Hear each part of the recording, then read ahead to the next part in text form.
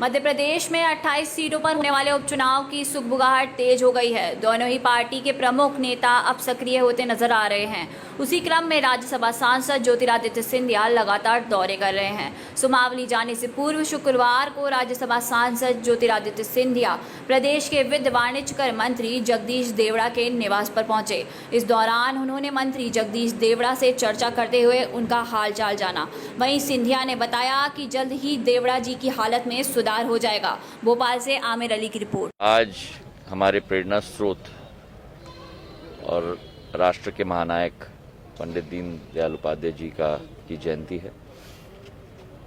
जब हम उनके स्मरण करते हैं, जो एकात्मा की एक सोच विचारधारा थी, राष्ट्रवाद की एक विचारधारा थी, उससे आज भी हम लोग प्रेरणा लेकर देश की प्रगति और उन्नति के लिए अपने आप को समर्पित करते हैं। हमारे इस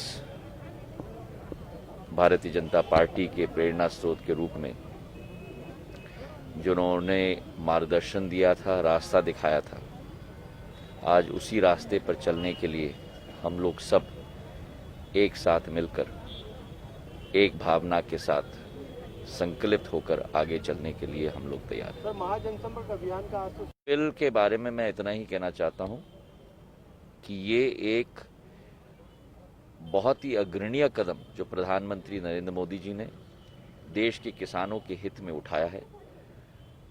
70 साल के बाद असली आज़ादी अब आज किसान को मिलने जा रही है, जहां पूरी तरह से अपना उपज किसान कहीं भी और किसी को भी बेचने के लिए स्वतंत्र है।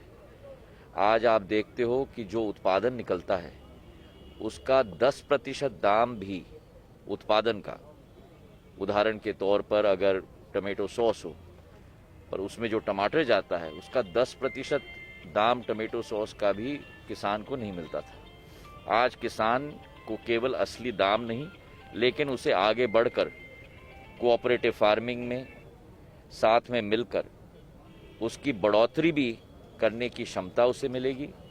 तकनीकी और विज्ञान की क्षमता भी उसकी बढ़ेगी और किसान को समृद्ध बनाने के लिए ये एक ऐतिहासिक कदम है। जो राजनीतिक दल लोगों को गुमराह करने की कोशिश कर रहे हैं, समर्थन मूल्य तब भी लागू था, आज भी लागू है और भविष्य में भी लागू होगा। और भारतीय जनता पार्टी की सरकार ने पिछले 6 साल में गेहूं के समर्थन मूल्य में 41% वृद्धि लाई है, धान के समर्थन मूल्य में 50% वृद्धि लाई है और दाल के समर्थन मूल्य में 63% वृद्धि लाई है।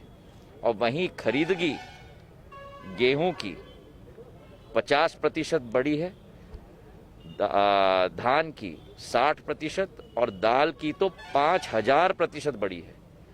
तो किसान को खुलकर आगे आकर अपना हक देने का कदम नरेंद्र मोदी जी की सरकार ने हर किसान को स्वतंत्र बनाने का ऐतिहासिक कदम लिया है। और प्रधानमंत्री जी को, भारतीय जनता पार्टी को और नरेंद्र सिंह तोमर जी को, तीनों को मैं अपने दिल से बहुत बहुत धन्यवाद अर्पित करना चाहता हूं।